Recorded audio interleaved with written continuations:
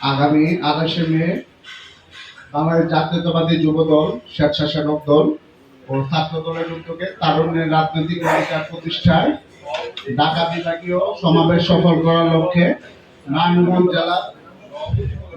জেলা যুব দলের আজকের এই প্রস্তুতিমূলক সভার প্রধান অতিথি, বিশ্বের প্রধান বক্তা, সভাপতি এবং সঞ্চালনে যারা আছেন এবং নারায়ণগঞ্জ জেলা যুব দলের বিভিন্ন ইউনিট থেকে আগত সবাইকে আসসালামু আলাইকুম।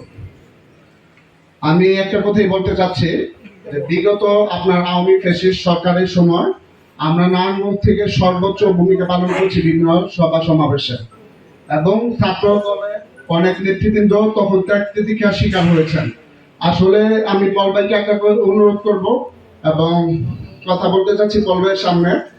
আমরা সাবেক ছাত্র নেতা যারা আছি তারা বিগত সময় আপনার ছাত্র রাজনীতি থেকে যখন যুব রাজনীতিতে আসলাম, আমরা চেষ্টা করেছি যুব দলের সাথে তাল মিলিয়ে সর্বোচ্চ ভূমিকা পালন করার জন্য, কিন্তু বিগত সময়গুলোতে আমাদের কমিটি না থাকার কারণে ধীরে ধীরে সাবেক ছাত্র নেতারা জড়ে যাচ্ছে আসলে হতাশার কারণে।